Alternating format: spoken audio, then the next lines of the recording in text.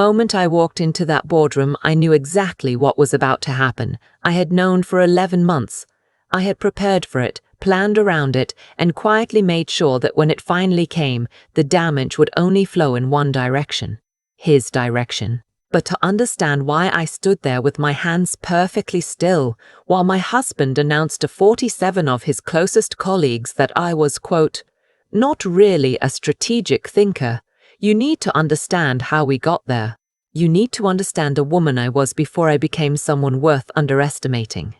My name is Serena. I was 38 years old. I had a master's degree in computer science from Carnegie Mellon, 7 years of experience building data infrastructure for mid-size financial firms, and a husband named Preston who worked in venture capital and had decided, somewhere around year 3 of our marriage, that my career was a hobby and his was a calling. I didn't see it happening in real time. That's the part that still catches me off guard when I think about it. You don't notice the slow draining of a thing until the cup is nearly empty. We met at a conference in San Francisco. He was charming and bright and genuinely curious about my work, or at least he performed curiosity convincingly. We dated for 2 years, got married at his parents' estate in Connecticut, and I relocated from Pittsburgh to New York, where his firm was headquartered. I told myself it made sense. His income was higher, his network was larger, the city offered more opportunity for both of us. What I didn't account for was how quickly both of us would become shorthand for him. His mother, Constance, set the tone early. She was a woman who wore her opinions like jewelry, always visible, always expensive, always slightly too much.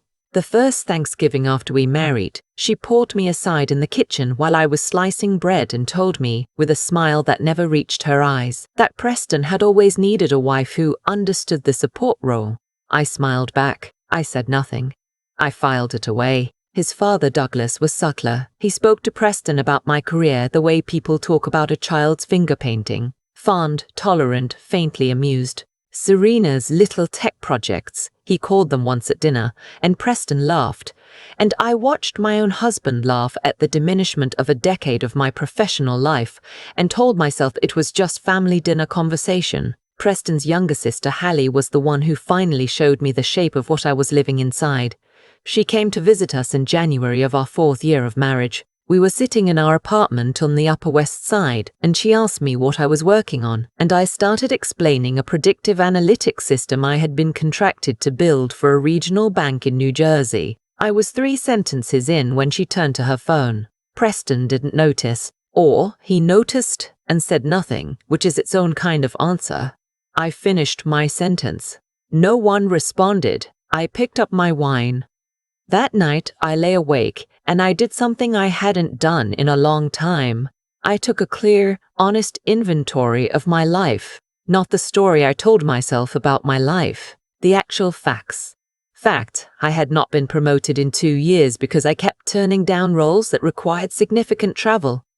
Because Preston had made it clear, never explicitly, always through sighs and silences and strategic disappointment, that he needed me available. Fact, we lived in an apartment that was in his name only because when we'd gone to purchase it together, his father had structured the financing in a way that excluded me, and I had let it happen because I didn't want to be difficult. Fact, I had introduced Preston to his most important investor, a woman named Philippa, who ran a family office out of Boston and who I knew from graduate school.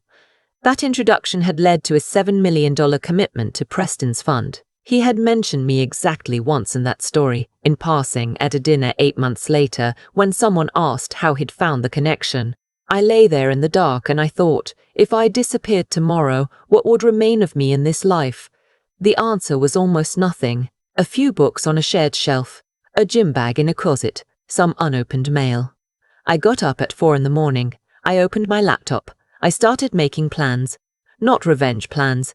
Not yet.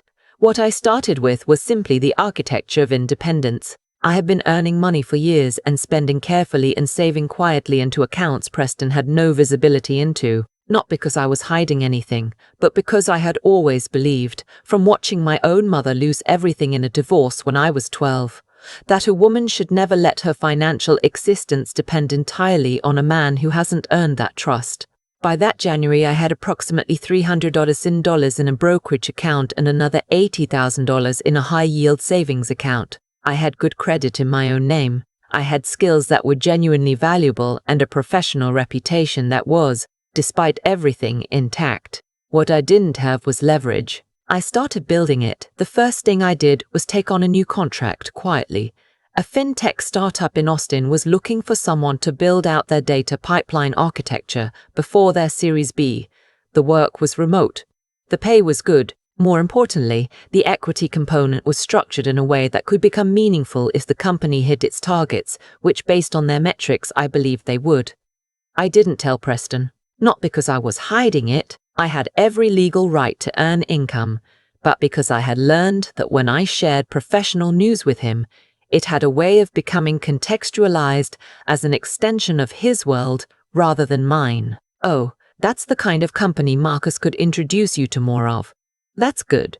That'll keep you busy while I'm traveling. I was tired of my accomplishments being processed through his frame. So I said nothing. I worked early mornings and late nights. I delivered exceptional work. When the startup hit its Series B target 14 months later, my equity stake was worth $1.2 million. I still said nothing. Around the same time, I had been quietly building a second thing, a consulting LLC, registered in Delaware, operating under a name that had nothing to do with my own. I ran contracts through it. I invoiced through it. I paid myself through it. The LLC held assets that were mine and mine alone, structured carefully with the help of an attorney I'd found through a law school friend.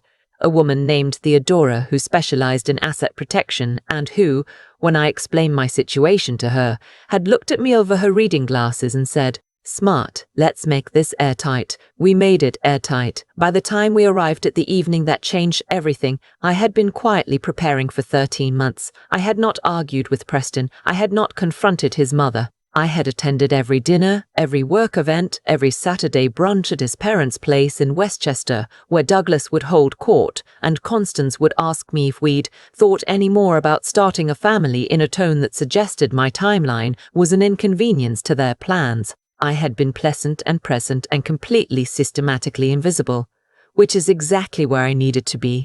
The occasion was the annual investor dinner for Preston's fund. He held it every spring, always at the same private dining room at a restaurant in Midtown that he'd been going to since business school.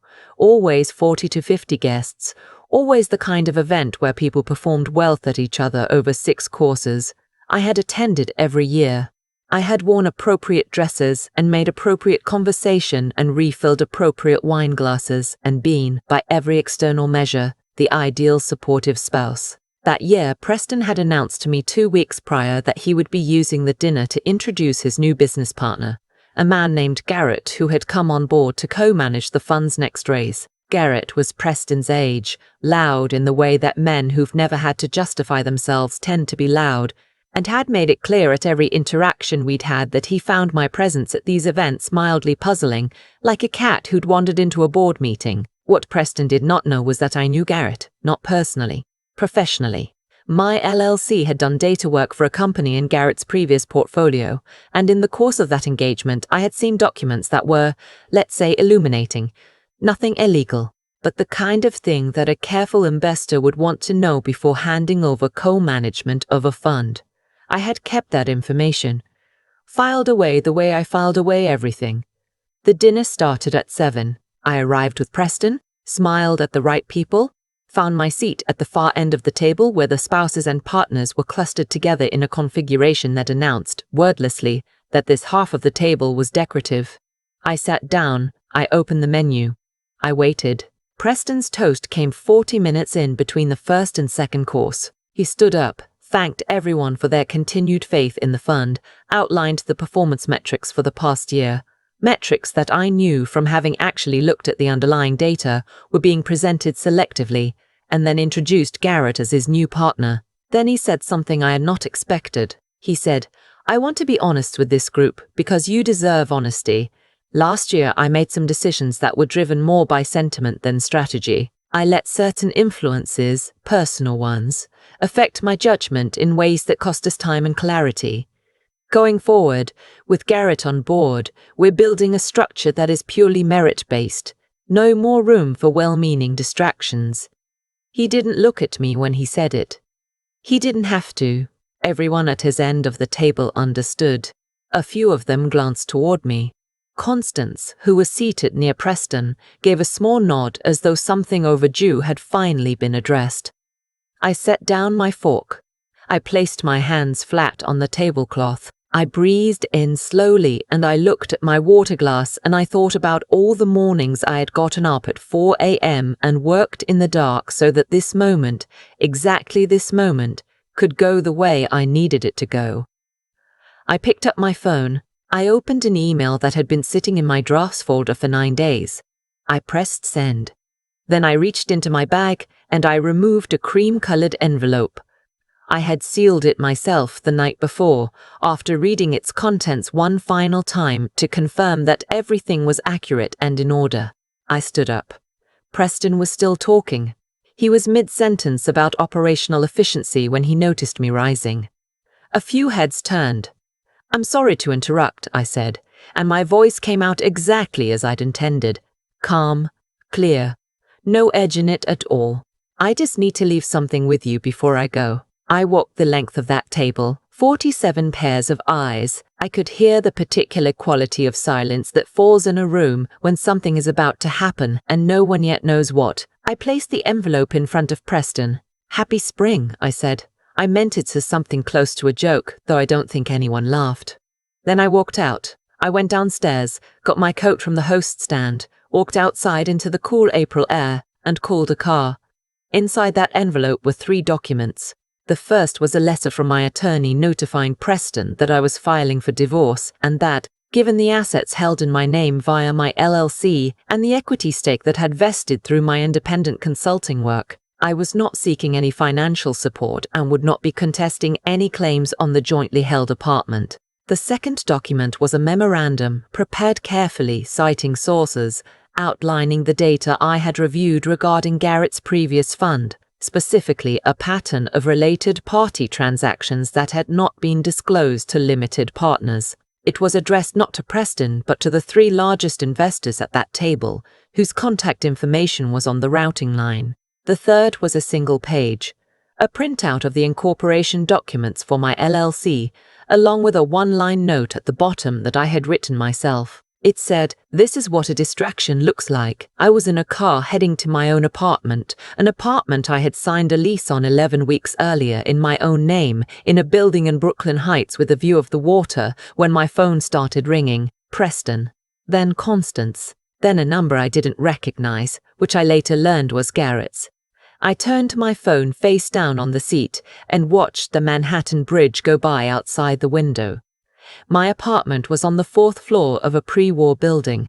I had furnished it slowly over several months, buying things I actually liked rather than things that fit the aesthetic Preston preferred. There was a deep green velvet sofa that he would have called impractical. There were bookshelves that I had built myself on a Saturday afternoon. Slightly imperfect, exactly mine. There was a kitchen where I had cooked dinner alone on enough evenings to know that solitude, chosen solitude, feels nothing like loneliness. I made tea. I sat on my sofa. I let the quiet settle around me. What happened in the following weeks was not exactly satisfying in the way that I expected it to be. It wasn't a film. There were no dramatic reversals, no tearful confessions, no moment where Preston appeared at my door with the understanding I had spent years hoping he might develop. What happened was more procedural.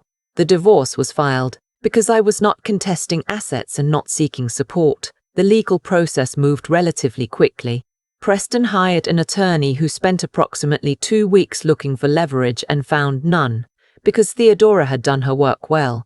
The investor memo I had sent created its own arc. The 3 recipients, I had chosen them deliberately because they were the ones with the most to lose and the most institutional credibility, hired an independent auditor.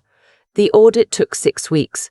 By the end of it, Garrett had been removed from the fund. 2 of the 3 investors withdrew their commitments. The next raise, which Preston had been counting on to triple the fund's size, collapsed. I didn't do that to hurt Preston. I want to be clear about that. I sent that memo because the people in that room had a right to the information, and because sitting on it would have made me complicit in something I wasn't willing to be complicit in. The consequences were the consequences of the facts. I just made sure the facts reached the people they needed to reach. His mother called me once, about a month after the filing. I let it go to voicemail. She left a message that was 6 minutes long and covered, as far as I could tell from the 30 seconds I listened to, a comprehensive assessment of my character, my gratitude deficit, and the ways in which I had failed her son. I deleted it. I made dinner. I sat by the window and watched the harbor. Hallie texted me 3 months later. Just 3 words. I get it now. I didn't respond, but I kept the message.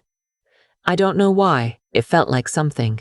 The fintech startup, the one whose Series B had been my first real proof of concept, was acquired 14 months after my divorce was finalized. My equity stake converted at acquisition and netted me a little under $2 million after tax. I rolled most of it into a new entity, a small venture fund of my own, focused on early-stage companies building infrastructure in the financial data space. Theodora helped me structure it. Philippa, the woman I had introduced to Preston years before, came in as my first limited partner. She said she'd been waiting for me to start something. I didn't ask her why she hadn't said so earlier. The timing wasn't right then, and we both knew it. I think about that dinner sometimes, not with bitterness. I've genuinely moved past that, not as a performance of having moved past it, but actually, what I think about is the version of myself who sat at that table year after year and said nothing and smiled and refilled glasses and told herself that patience was the same thing as strategy. She wasn't wrong exactly. She was just waiting for something she didn't yet have the foundation to act from.